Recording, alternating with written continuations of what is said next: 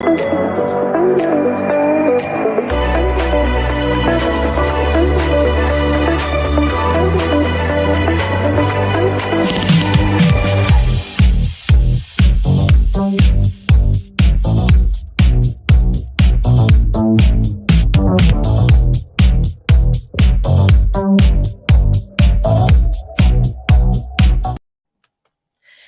to the Growth Over Grades podcast, where we talk about education ideas and topics that matter most to our SpacesEDU educator community. I'm your host, Melody McAllister, educator advocate for SpacesEDU, your solution for digital documentation and assessment of student learning for all. At the beginning of each episode, I'd like to feature an amazing member in our community. Today, I want to honor educator, leader, author, and podcaster, Dr. William Jeffrey, but you might know him as Coach. Coach Jeffrey is someone I look up to, and not just because he's really tall. Coach supports so many of us educators who are trying to be the change in a system that can oftentimes feel oppressive. He's one of the good ones. Not only is he supportive, but he loves kids. He loves how he serves his school community. He's in this for the best reasons, to help learners find their way in this world using the gifts and talents that make them unique. I will include his book and how to follow him in the show notes. Coach is also an active member in our community and is a regular face in our monthly PLN Coffee Talk. We've had so many great conversations where some of us have come in with heavy hearts. He listens with an open mind and shares wisdom that only a seasoned leader can. Thank you for being part of our community, Dr. William Jeffrey. Speaking of seasoned leaders who can offer wisdom right when we need it, let me introduce my dear friend and exceptional leader, author, and speaker, Dr. Henry Turner. Dr. Turner co-wrote this book, Change the Narrative: How to Foster an Anti-Racist Culture in Your School, with co-author Kathy Lopes. It's a powerful read and study, but it comes from an honest place. Dr. Turner is the change we want to see in public education. He believes in community and inclusion. He listens to the voices of young people, and he amplifies the good work they're doing. He is dedicated to ensuring every student is seen, heard, and valued, including many who are being attacked by politicians and those who would seek to control us with fear. Unfortunately, that also means he faces a lot of public pushback, and no matter how strong you are, that is never easy. In spite of those challenges, his district and leadership believe in him and the work he's doing in his high school community where he serves as principal. Dr. Turner is changing the narrative when it comes to anti-racism in education. He regularly shares best practices and actions that all of us can implement to ensure we are creating a thriving community for our students that are diverse, equitable, and inclusive. Doc, it's so good to have you back on the podcast. How are you, and can you share the journey of your education story? Well, Melody, it is always great to be with you, and I'm excited to have this conversation with you. So thank you so much for having me. So this is going into my 8th year as a high school principal at my school, my 12th year total as a high school principal. And what I have found as a principal is that, we get to decide to lean into the challenges that we feel are important, right? And we are able to either respond to a crisis or to an incident in a small way or in a comprehensive way. And for me, diversity, equity, and inclusion is the reason why I came into education 20 some odd years ago. As a teacher, it was the work that I believed in as a student, as a high school student, being one of the few Black students at my high school. Founded a multicultural club at my high school, and certainly was passionate about inclusion in my school, and was the reason why I wanted to become an educator. Is that I wanted to make sure that that all students felt like they had the opportunity to be successful, and what that required was a school climate where they were loved and felt connected and felt like adults had high expectations for them.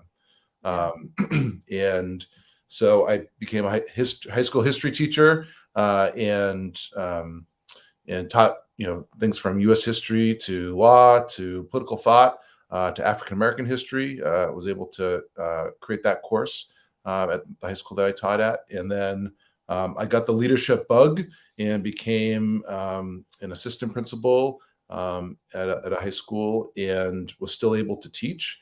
And there, as a AP U.S. history teacher, created a program for Black, Latinx, and low-income students to be prepared for an AP US history course. And what we saw was, just with some preparation, with a teacher who was committed to them, we saw amazing results, and that was great, informative data to me that we can do that on a larger systemic way, and that's why I leaned into becoming a principal.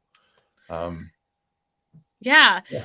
And I love that. And so when you started out, you didn't realize that you would be a principal. You were like in it for being a teacher. Yeah, so I mean, I knew I wanted to be a teacher when I was like a ninth grader, and I knew that I wanted.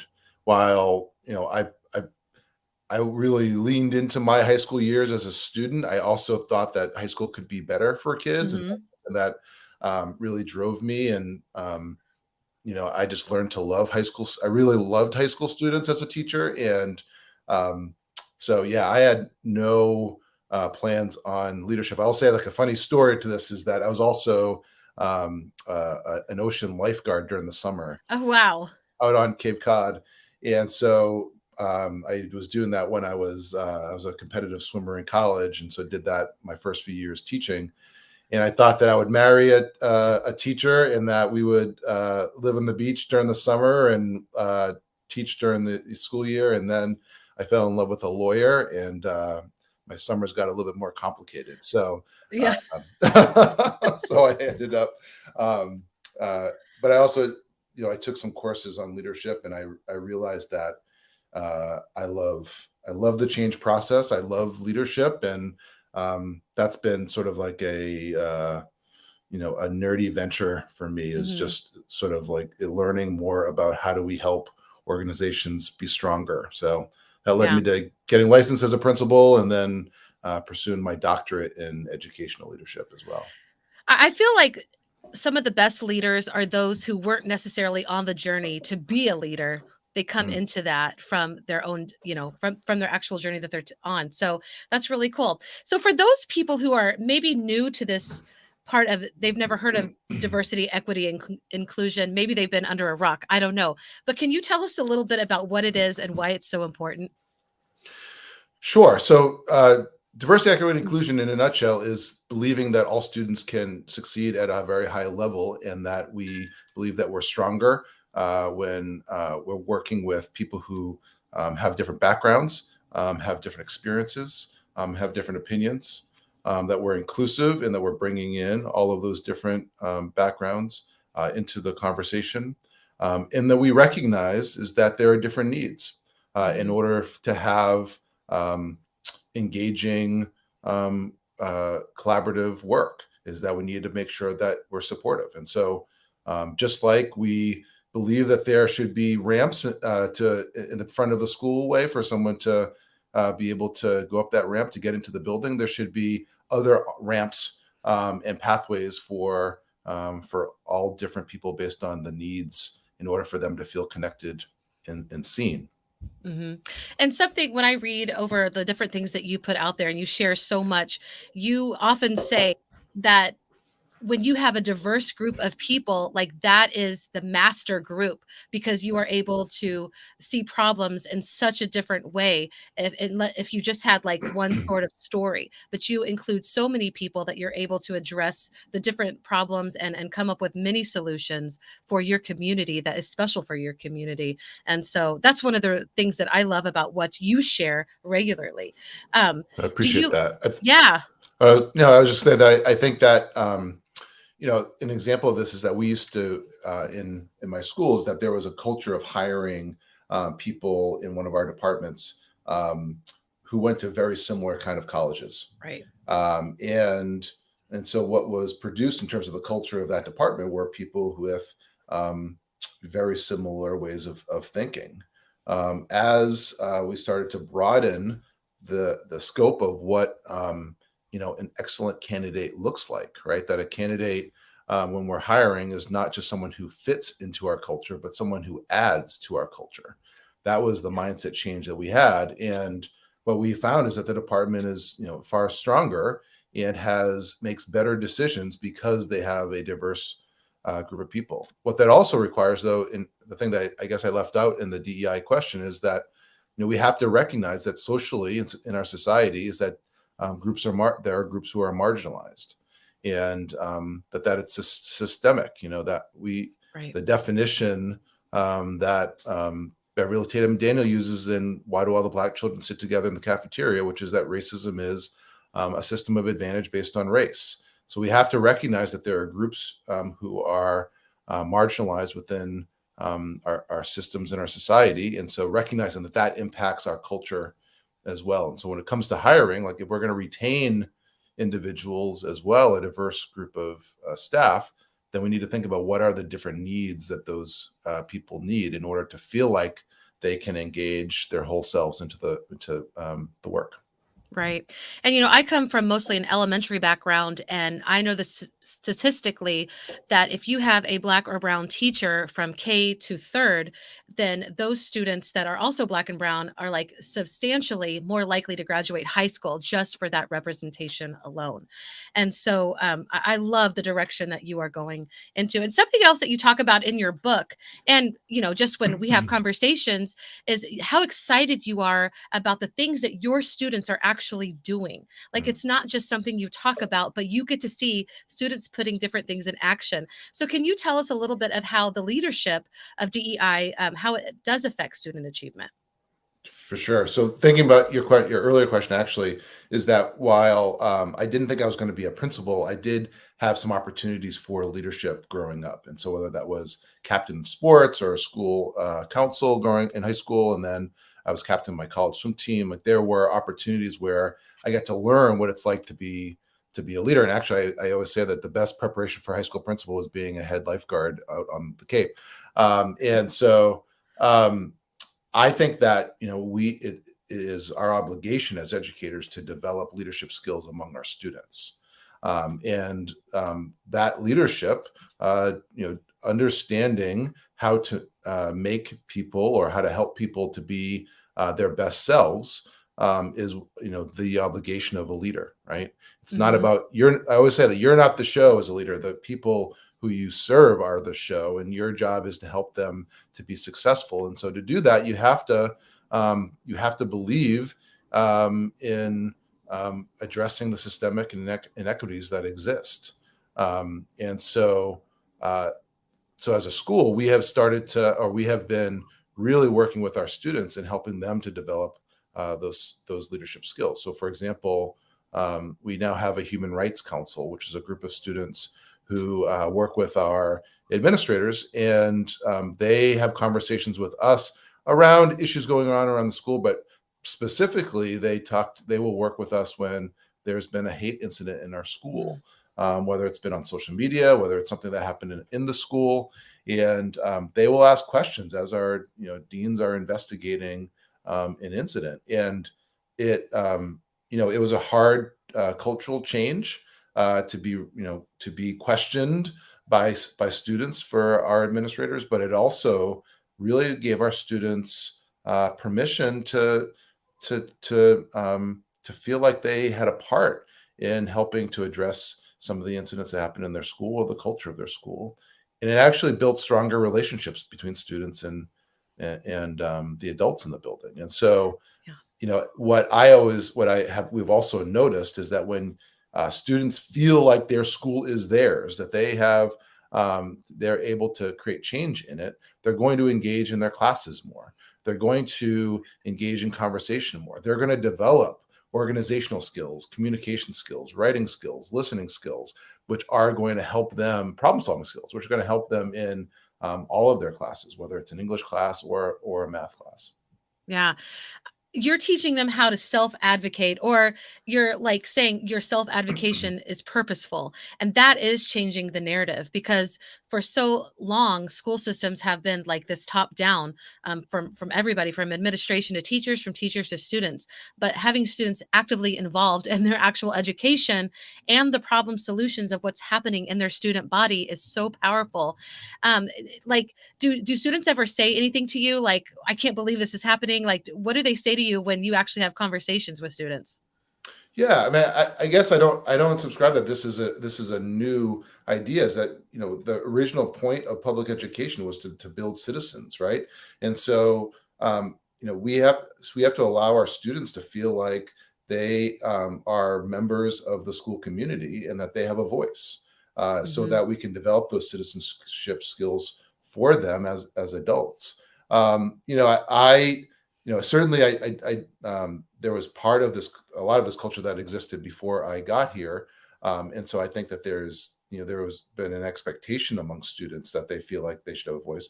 I think one of the things that is that we've gotten better at is that groups of students who may have felt like their voice wasn't heard, we now have pathways for their voices to be heard. And I remember it was a year or two ago during an interview I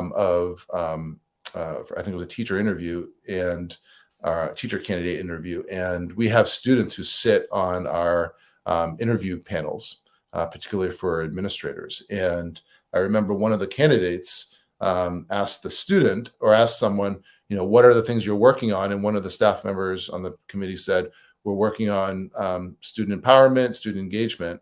And the candidate went to the student on the panel and said, do you feel like it's been successful? This was like a really raw moment, right? Like, here's an opportunity for the student to say, like, no, they're actually just, they're full of it. They don't do it. But what actually the student said was that at our school, we're not only given permission, but we're expected to use our voice in our school. And like Wow. all of us just started like weeping Yeah. because we were just like, this was a moment to celebrate that, we feel like our goals are being achieved here. And you said that this isn't a new idea, but I promise you that it is not common what you're sharing. I think you know that. And Mhm. moving away from compliance to self advocacy and being a part of your own community, an active member of your community, that's really something special. Thank you for sharing that. I actually got goosebumps. So thank you. Yeah. Thanks. I would love to like come back at a different time and have maybe some of your students, like if you ever want to do that, we should Yeah. look into that. That would be Yeah, for to have sure. them speak too. I was reading your most recent blog, and it was talking about the harm that being colorblind, um, how that impacts. And that is always so for some people, especially white people, and I can say that because I'm a white people, but like in the 80s and 90s, some of our favorite songs talked about being colorblind. Some of our religious ideologies talked about being colorblind. And so now when we're talking about it being harmful, can you, and I'm going to drop the blog, can you share a little insight on how being colorblind, well, we used to think that it was actually something beneficial, it's actually not. Hmm. Sure. I think that all of us were taught to be colorblind and just to and we were taught to just be nice to people, right?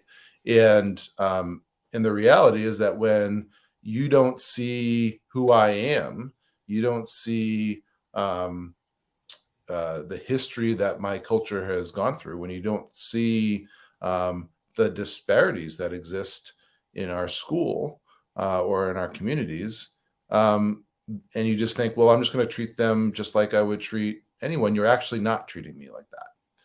And I'll give an example of that is that when I arrived at our school, is that we had an overly high percentage of students who were identified for having a disability. And I always say that there's nothing wrong with having a disability. What's Mhm. wrong is labeling someone with a disability when they don't have a disability. Right. And so we were at 25% of our students were had an IEP when the state average was 15%. And and 50%, 50% of our Black students were on an IEP. And as we talked about it as a school, people thought that we were doing the right thing because we were giving kids help when they were struggling, Mhm. right? And so this idea of colorblindness was that we're just going to whenever a kid is struggling, we're going to give them help, not realizing that our bias was actually um, creating harm here. And in Mhm. fact, the vast majority of the IEPs that these students had or the disabilities that they were labeled with were behavioral, and they were given to them when they were in elementary school, which is in line with the data nationwide that Black students, particularly Black boys, are labeled as having overly represented of behavioral disabilities. Um, and ends up being a traumatizing label for them, because they're actually not disabled. Right. And so thinking about how do we support students when they are struggling is an important question. But when we take a colorblind approach and we just follow our quote unquote colorblind protocols, we're in fact not um, we're not demonstrating colorblindness. We're actually we're reinforcing systemic racism. So to me is that we have to see our students for who they are. We have to understand their culture. We have to understand why students feel connected in our school and why they don't feel connected in our school. And how do we adjust our instruction? How do we adjust our policies so that students do feel connected, that students are treated equitably, and that we're able to keep that high expectation for them, and also understand that when we ask the question, who's the reason for our disparities? Is it our students' fault or is it our fault Right. as educators, right? And when we start Mhm. to pin it on ourselves, we can see that some of these, quote unquote, colorblind practices are actually very harmful. Right. And it just kind of goes back to why it is so important to also have a diverse culture, not just with students but with staff, because if we are not able to see our own bias because nobody else is telling us that, hey, why don't you think about this, or that we're not even looking at color. I mean, that is something so important, and again, it shows the reason why diversity is makes us all better, period. It doesn't even matter if it's in the school system or corporate, but just having that mindset, because we oftentimes, when we have the same mindset, we'll never see that. And so I appreciate that you talked us through that. Well, So the this. whole yeah, Mhm. I'm going to say that the whole aspect of the team process, right, is Right. meant to have a diverse range of people on there. And so, if you have a culture, particularly a staff culture that is diverse, then you're going to check our biases. But when you're allowing for a process to really be dominated by one person, you're going to end up having some problems with your for example, your IEP process. Right. And I appreciate that you pointed that out. That has to be exhausting. Like, everything you're talking about is actually so deep. Like, it's personal, and it impacts not just you, but your community. It impacts your own kids. Like everything that you're talking about is just intense. So this next question is, how do you deal with your fatigue and the pushback that you receive? Yeah, so I mean, it certainly is tense, and it's certainly something that I expect in this work. And when I work with schools, help them to realize that there's going to be pushback to that. And so I would say a couple of things is that I think as leaders, and we actually spend a good amount of time in the book on this, is that when we think about change, we need to be strategic about it, right? Like, what our timing, what is the rationale, how are we communicating it, how are we implementing the change, whatever that is, whether it's a grading change, or it's or you're implementing a new course, that you need to be strategic in how you're doing it. Second is that you do expect that pushback, and some of it's going to be really nasty, and some of it's going to be challenging you, which is good and important. Um, and what you want to do is focus on your students, right? Focus on why are you doing this? And when I work with schools, I start with an activity about what your why is. Mhm. What keeps you going into this work? Because when this work is really hard, you have to think about why you're doing it. And my why is a story about my daughter, where she when she first recognized that she was a person of color when she was 5 years old, and she drew her picture the first time that she put brown skin on her face. And I Mhm. keep that picture next to that self portrait next to my desk, because when things are hard, I look at that and I remember the sense of self pride and energy that she had at that point. The other thing is that you need to check out. You need to spend time with friends, and with family, and you need to talk to people who support the work that you're doing, and that is good for your mental health. Um, and I also think that you need to be strategic in terms of what are the topics that you're thinking, or the work you're thinking about, right? Uh, I talk a lot about scaling our work, right? Starting with tier one type of strategies, so that you're Mhm. building an understanding in your culture that DEI work is good for all students, because it is good for all students. Right. So I'll say, for example, the easiest thing that we ever did in our school was that we in our student information system, we put a column where students could write their name phonetically, so that on day one, teachers can pronounce students' names correctly. So there was no one that went to a school committee meeting complaining about that change, right? It Hmm. was easy. Teachers loved it, kids loved it, parents loved it, right? So starting with strategies like that help to demonstrate that the changes that we make are good for all kids. And then we can get into the more complicated things as you've built that culture, as you've built that headway um, of success. What you're saying is so like opposite of what we're hearing in the headlines, because how those powers that be that are trying to scare us, that we're like all this about this white guilt, like Mhm, that white kids are going to feel guilty about all of this, but that's not it. This is their world. These are the people in their community, and it's just actually growing them closer. So again, I come back to changing the narrative. When we really dig deep into this, what you said, this is good for everybody. That's the truth. And for those outside voices, they are not seeing what is really happening inside of the people that are, inside of the community where people are doing this work. So I appreciate your perspective. It's so important because we don't often hear this. It often gets, silenced because of the just because of the political climate. And obviously what we're talking about, yes, it shouldn't be political, but it is. Teaching is political. You and I both know that. Leading is political.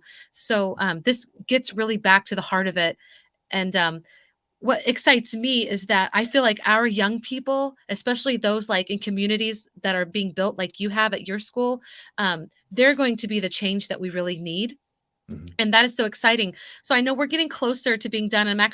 We're going to go past this because this conversation is so great.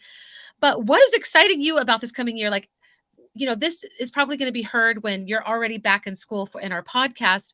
But like right now, you are looking at, you're still on summer break. Well, I know you work like all year round, but school hasn't started yet for the 23-24 season. So I'm wondering what is exciting for you that you think about that is going to happen this year?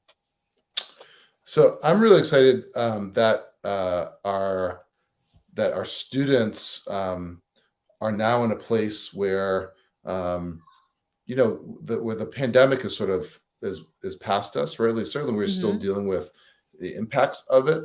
Um, but it's there was that the pandemic was not something we talked about in our leadership meetings this year at all, and Wow. that's really exciting, right? It's exciting Hmm. that these kids are going to have, they've gone through more normal years the last 2 years, and this year is going to even be more so.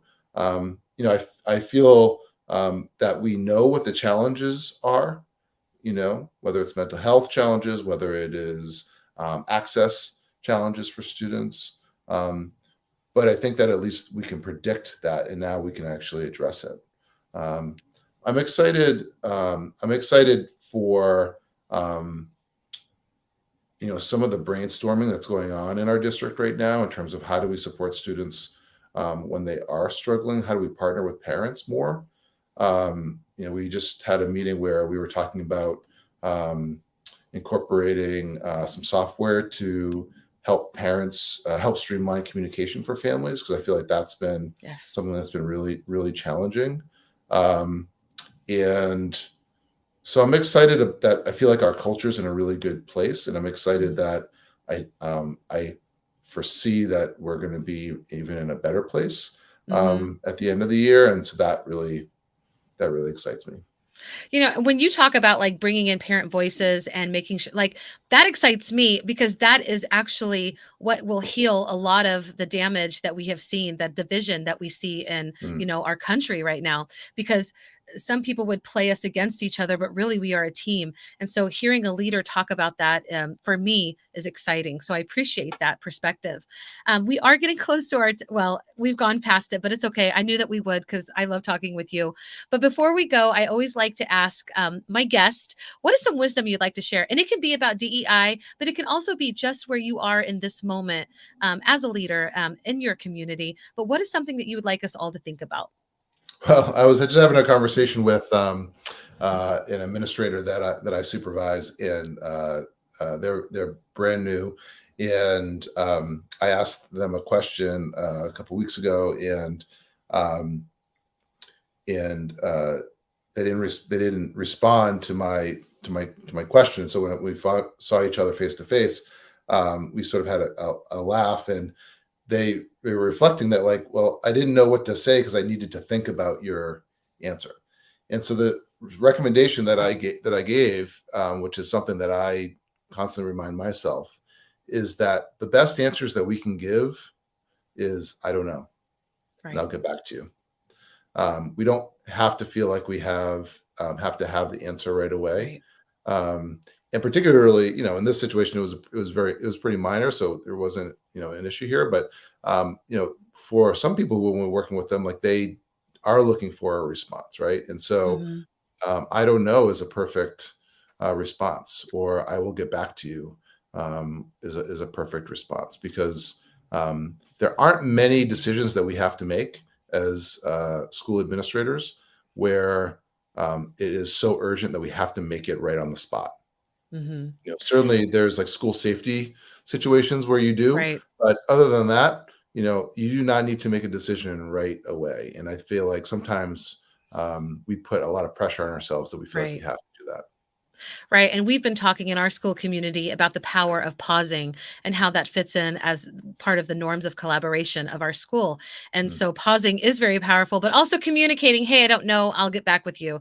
Wonderful. And such, pretty like common sense, but not always, because not everybody is a great communicator, but it does. Mhm. I appreciate that advice. Well, thank you so much for joining us. You are on our season 2. This is the second episode, and I appreciate it. I'm so excited. If you loved our conversation, check out Dr. Turner's book, Change the Narrative. You will not be disappointed. I have read it. I have given it a 5-star review. So I definitely Thank you. recommend it. Yes. And thank you, everybody who is tuning in live and who will tune into the replay or listen to this podcast. We appreciate you so much. And I hope everybody has a wonderful back to school season. See you again soon.